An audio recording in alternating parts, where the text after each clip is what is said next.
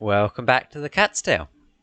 This is the first of the advanced half of my complete guide to Genius Invocation, where we'll be looking at understanding your game plan.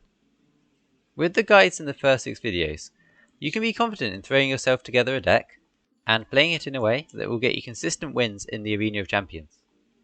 However, if you go up against tougher opponents, you'll need to plan ahead and know your deck to gain an advantage. So what does it mean to understand your game plan? In general, when you start a game with a deck, you should have a rough idea of how the game will play out. Which character will you start on? Which cards do you want to play when? What plays will you need to win the game? Your plan will be different for every deck. The first distinction to make is what type of deck you are playing. Aggro, mid-range, control, or combo. As an aggro or mid-range deck, you mostly just want to deal damage efficiently, whereas a control or combo deck will care more about assembling specific cards or a specific game state. If you want to know more about how aggro, mid-range, control and combo decks are built, check out video number 3 of this series on deck building.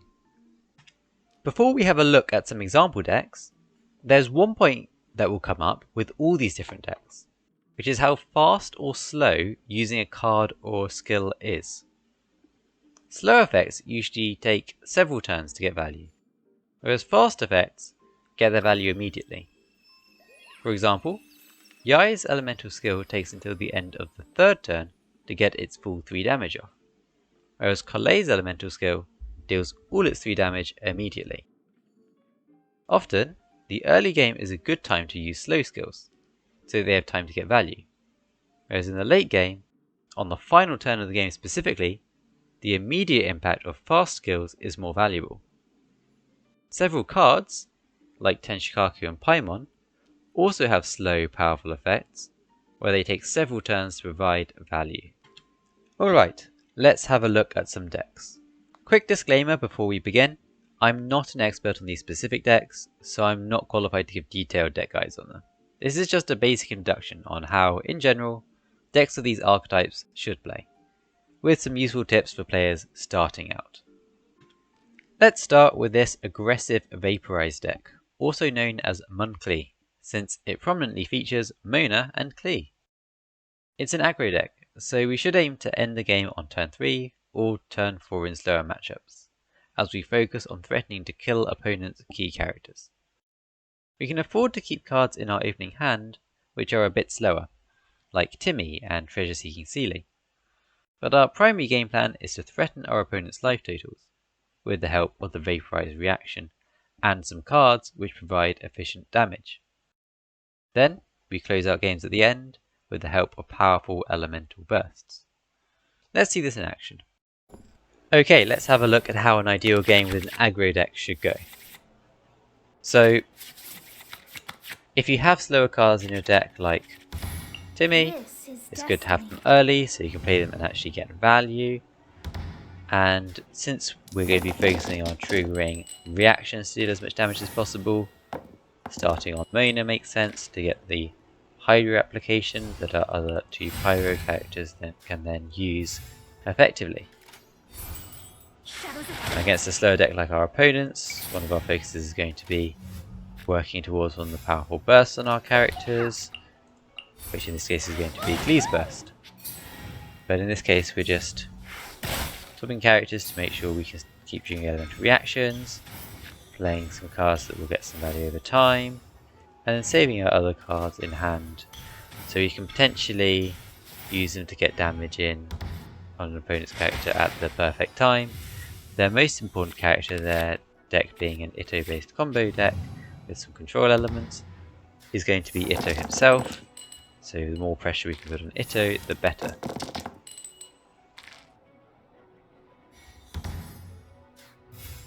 So we're just going to want to keep dealing efficient damage, and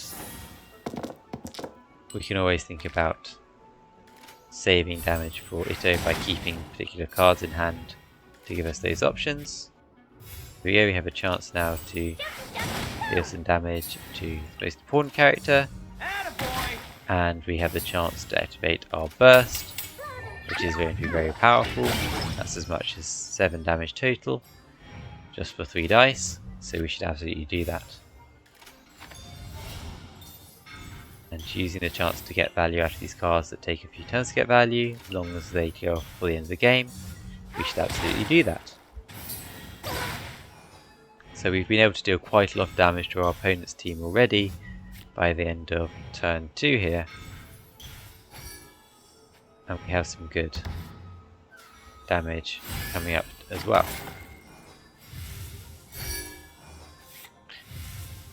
Now we do want to keep thinking about how we're going to trigger reactions to get the most damage out of what we've got available.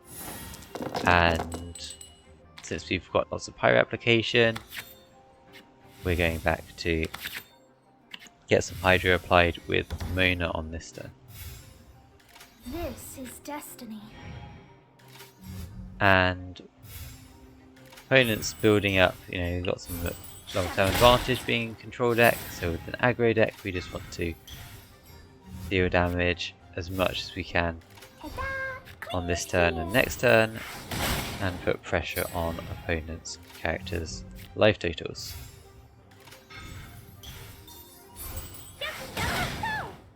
In this case we were able to get a full 4 damage out of playing 1 card for 2 dice, the Tandoori Roast Chicken. And we have the Pyro we applied thanks to Mona as well for triggering some more reactions.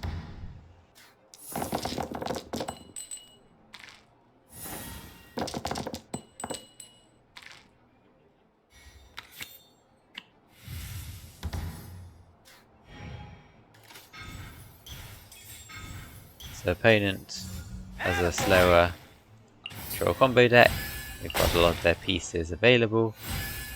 So our goal really is just to deal damage as soon as possible to get through those pieces, and we're using cards, in this case for example Heavy Strike, to get some efficient damage in as well.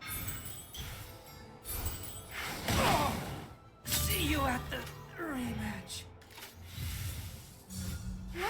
And yes, I should have used the Gambler's dice there, but the key thing to notice is, once we've taken down Itto, this game should be pretty much done.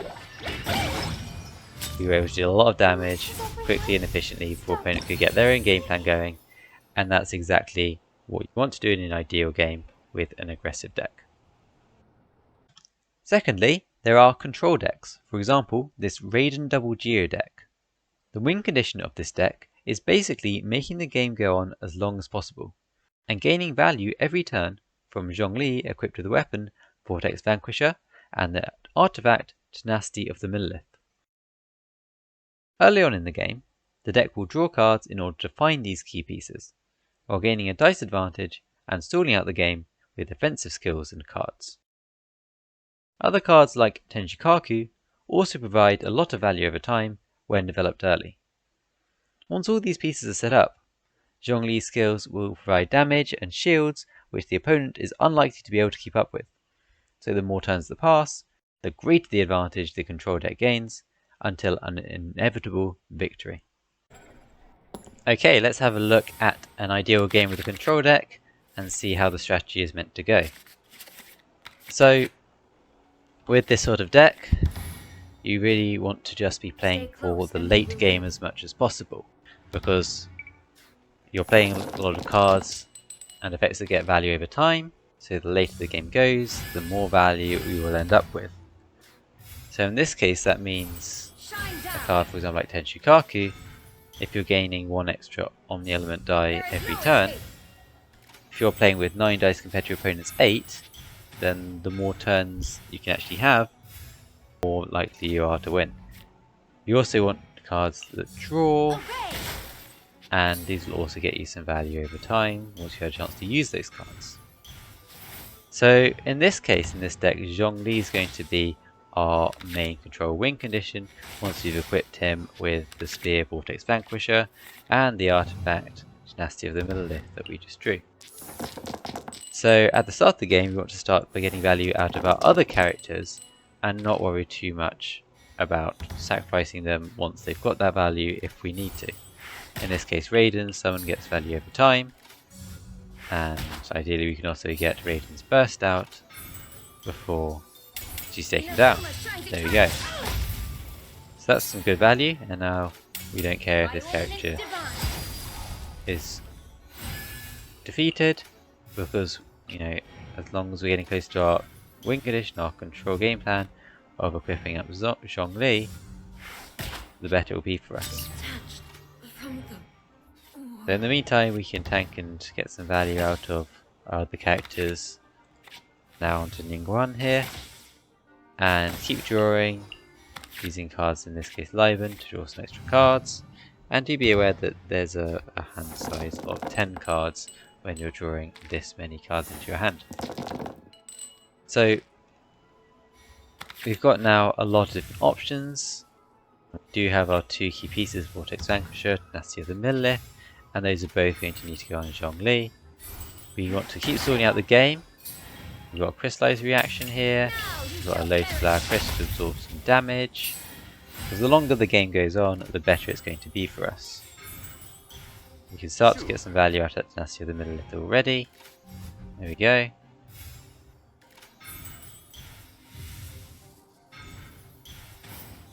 And we really just want to save some health on our Zhongli if possible, as we work towards getting him equipped. And our opponent, playing a very aggressive deck, doesn't have those sorts of advantages. They dealt a lot more damage than us, but you know, the longer the game goes on, the better it's likely to be for us. We've got some good tools to help with that. We've drawn both the artifact and the weapon, and we've drawn some useful food for sorting out the game, the Lotus Flower Crisps, and we've also got, for example, this Geo Resonance card to give us the extra shield. This means, okay, we're starting to get a lot of damage, a lot of shield out of Zhongli, thanks to the artifact, thanks to the weapon here. And that's, you know, that's absorbing his damage, that's giving us even more dice when Zhongli takes damage here. And at this point, it's going to be very hard for opponents.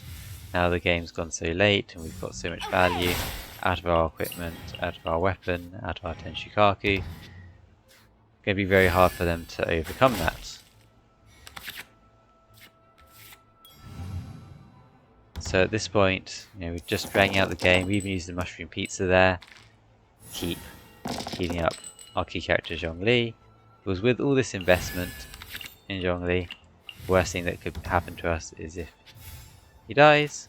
But this is, you know, how your control game is meant to go, where you use all of your tools to keep this key character alive, and then you just keep getting value as much as possible. Doesn't matter if it takes 4, 5, 6 turns to actually win. You're going to win eventually if the game goes that late. After all that training. That's the game plan of a control deck. Lastly, there are combo decks. For example, this double Pyro Itto deck. Combo decks have a specific plan to deal a large amount of damage to close out the game, usually in a single turn. To do this, they typically want to accumulate many cards in hand, a large number of dice for the combo turn, and enough energy on key characters to use their elemental bursts. For example, this Itto deck plans to use Bennett's Burst, which buffs each skill for 2 rounds, along with Itto to use a large number of normal attacks in a single round, all of which get buffed by Bennett and Itto's burst. The key with a combo deck like this is to have this plan in mind starting from turn 1. Let's see how this plays out. Okay, let's have a look at how an ideal combo deck game should play out. So, with a combo deck, you have a very focused game plan. In this case, the plan is to activate Bennett's Burst, activate Itto's Burst, and then have a lot of dice available to deal a lot of damage with Itto. So that's what we're going for in this game, and to do that we need to accomplish a few things. We need to charge up some energy on our Itto, We need to charge up energy on Bennett and use the burst, and we need to assemble as many dice as we can for that key turn, which could involve assembling lots of cards that give you dice. Now that means we don't necessarily want to be tuning our cards away, even though using Itto's skill will be very good here. We really want to save these cards and just charge up energy on Itto whichever way we can. And we're going to then start to execute our game plan, get some more cards, some more dice for next turn with our Liban, and be ready on Bennett to start charging up Bennett's burst. We've got our combo character, we've got Bennett just for their burst really, and then Yoromir's also here to stall and tank some damage if we need to. But here we go, we're going to spend our whole turn here focusing on the goal that we need to burst on Bennett, either the end of this turn or next turn as soon as possible. So ways we can also help set up our combo, playing cards that maybe give you extra dice, and Gambler's Earrings will need to go on Itto at some point, so we use our dice efficiently. So okay, we have a decent number of cards in our hand. We have Bennett Burst available, and at this point a lot just comes down to the fine details of, you know, what your cards do, what your opponent can do, and it is certainly challenging to play a turn like this out optimally. Now the key thing to notice in this situation though is we're not safe to go to Itto and start comboing immediately, because there's quite a lot of damage potentially coming in.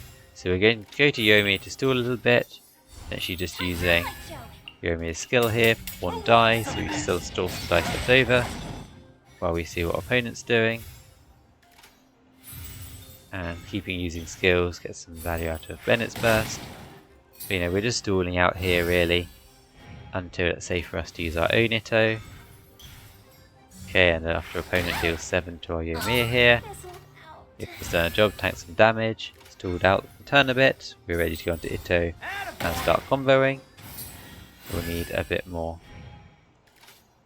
superlative super strength stacks from our skill here, and the energy from I haven't lost yet, in order to use the burst, which is the last part of the planned combo here. So now we've got Bennett burst and Itto burst just activated, and the Gambler's Earrings attached from last turn, so we can start to do an awful lot of damage all of a sudden, whereas it maybe looked before like we weren't doing much at all. So that's the point of a combo deck. Once you have your tools and once you've got them all in play, you can actually start to deal a lot of damage very suddenly. And while there's still another round to play out here of this game, it's really that combo turn that decided the game, and being aware of the roles of each of the characters.